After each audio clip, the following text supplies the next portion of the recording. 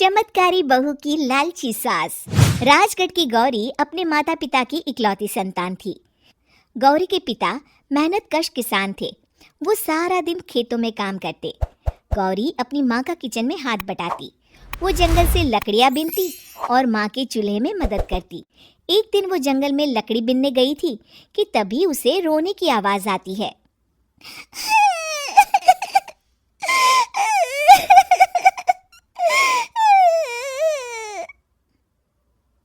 अरे, यहाँ कौन रो रहा है?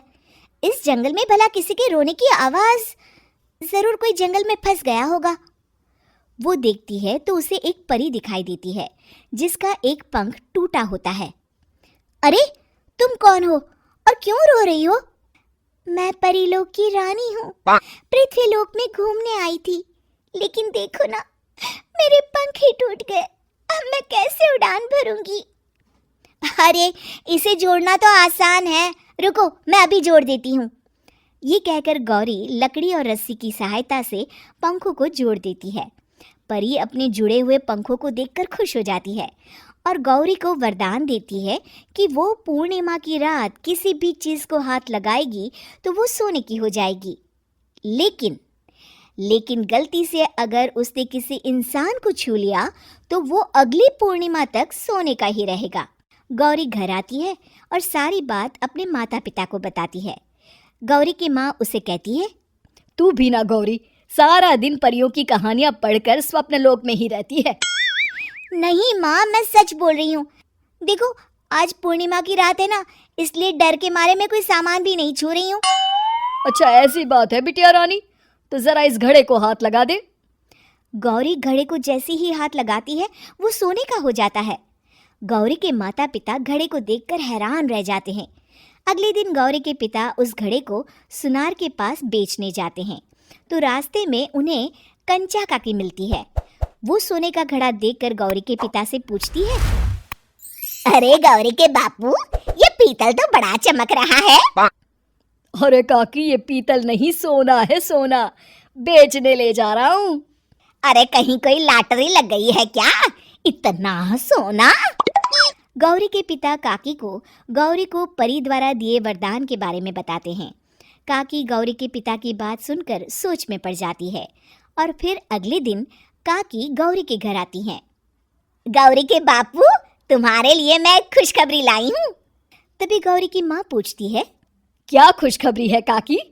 अरे, तुम्हारी बेटी का रिश्ता मैं अपने बेटे से करना चाहती हूँ।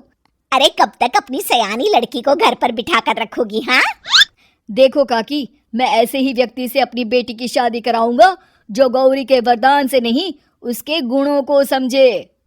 अरे, हमें तो गौरी के गुण अच्छे लगे, इसीलिए तो आ गई हूँ मैं। फिर गौरी के माँ बाप मान जाते हैं और उसकी शादी काकी के बेटे से हो जाती है। अगले दिन, अरे गौरी, कल पूर्णिमा की रात है। तुम्हारे पिताजी परी के वरदान के बारे में बता रहे थे, तो मैं ना कुछ चीजें रख दूंगी, जरा हाथ लगा देना। तभी गौरी का पति वहां आ जाता है और अपनी माँ से कहता है, माँ, क्या जरूरत है गौरी के वरदान को इस्तेमाल करने की? वैसे भी मेरी मेहनत से घर तो चल ही रहा है ना। और गौरी के पिता ने भी यही कहा था कि वो ऐसे ही व्यक्ति से उनकी बेटी की शादी करेंगे जो गौरी के वरदान से नहीं, उसके गुणों को समझे। अरे बस कर किताबी बातें। तेरे लिए क्या लड़कियों की कमी थी जो मैं ये किसान की बेटी घर ले आती? और सुन गौरी, कल अगर तूने सारी चीजों को सोने का नहीं किया तो मैं तुझे घर से निकाल दूंगी और अपने बेटे की दूसरी शादी करवा दूंगी, समझी? इतना कहकर गौरी की सास वहां से चली जाती है। अगली पूर्णिमा की रात गौरी की सास गौरी के सामने ढेर सारे बर्तन रख देती है और कहती है, जल्दी कर गौरी, रात खत्म हो जाएगी। जल्दी जल्दी इन सारे बर्तनों को हाथ लगाकर सोने का कर दे।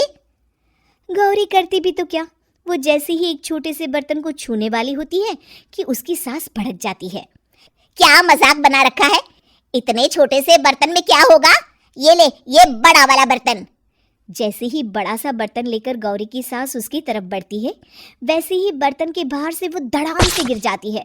सास को गिरा देख गौरी उन्हें संभालने दौड़ती है और वो सास को हाथ लगाकर कहती है, अरे सासू माँ, क्या हो गया आपको? कहीं चोट तो नहीं लगी ना? लेकिन जैसे ही वो हाथ सास से हटाती है तो देखती है कि उसकी सास सोने की हो गई है।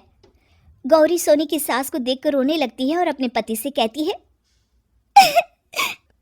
मुझे परी ने कहा था कि अगर मैं किसी इंसान को हाथ लगाती हूँ तो वो अगली पूर्णिमा तक सोने का ही रहेगा। अब मैं क्या करूँ? अरे करना क्या है, माँ को उठाकर अलमारी में रख दो। और हाँ, लालच का फल बुरा ही होता है। ज्यादा बड़े बर्तन को सोने का बनाने के चक्कर में माँ का ये हाल हुआ है। ये कहकर वो दोनों माँ की तरफ देखने लगते हैं।